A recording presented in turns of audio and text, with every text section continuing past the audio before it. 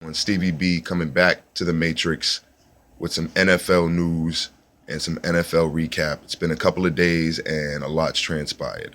First and foremost, respect due to Aaron Rodgers. That was a close game, and Aaron Rodgers does what only Aaron Rodgers can do.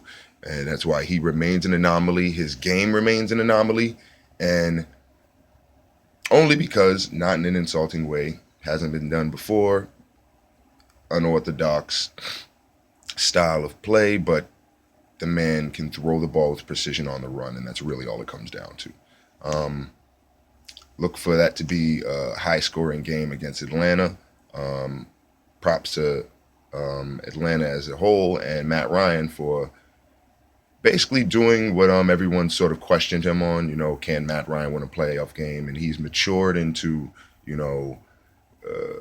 being able to represent what he is as a quarterback, and then at the same time, just, I don't know, get through tough defensive situations. In the past, I know the lack of defense, or the lack of their defense holding up, is what sometimes made it difficult for the offense to stay on the field come playoff time.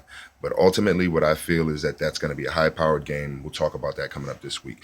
Biggest topic: Patriots beat the Texans. I knew it would happen. Big mistakes popped up. Yeah, Tom threw 3 errant passes that 2 of which were picked. Eric Boyer clearly could have cut that route under Floyd and got that. Brady tried to press the ball a few times in the intermediate to Floyd. That looked like errant Brady throws. Again, maybe Brady trying to get, that intermediate connection with Floyd that he has with Julian Edelman. On a positive note, the defense looked good. Again, it's Brock Osweiler, but what I like is that the defense is actually asking people to pass the ball, or asking teams to pass the ball. They're going ahead and stopping the run, and though they may not have played a higher tier quarterback this year, they're stopping the run and playing excellent technique on the defensive end, and it looks like they're supposed to be doing that. At the end of the day, look for that offense to get better against a defense in Pittsburgh that isn't as talented in the secondary as the Texans, and that's the way I'm going to leave that topic. Ben Roethlisberger is going to do what he does, but I do expect the Patriots defense to show that they are what some people are questioning whether they aren't, whether they are or not.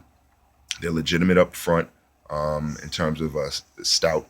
They're able to stop the run, and they have some athletes who can do some things, and linebackers who are versatile, and legitimate corners who are actually showing that they can cover. And one of the best safety duos in the league. No one says that. Patrick Chung is a good player. He's a solid player, but McCourty is one of the most talented safeties in the league, and everyone knows that. We're playing the Killer Bees. I do expect the Patriots to key in on Le'Veon Bell. As I said, they're accepting pushing teams to pass the ball and pressing quarterbacks.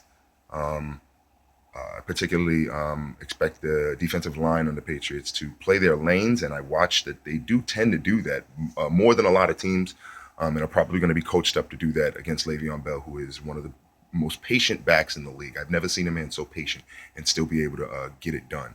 Shout out to the Steelers offensive line. They put in work for that, man. Battle of this game. Steelers offensive line, Patriots defensive line. We'll talk more on it later. I'm still taking the Patriots by 10 or more. Quote that line. Stevie B, I'll talk to y'all later.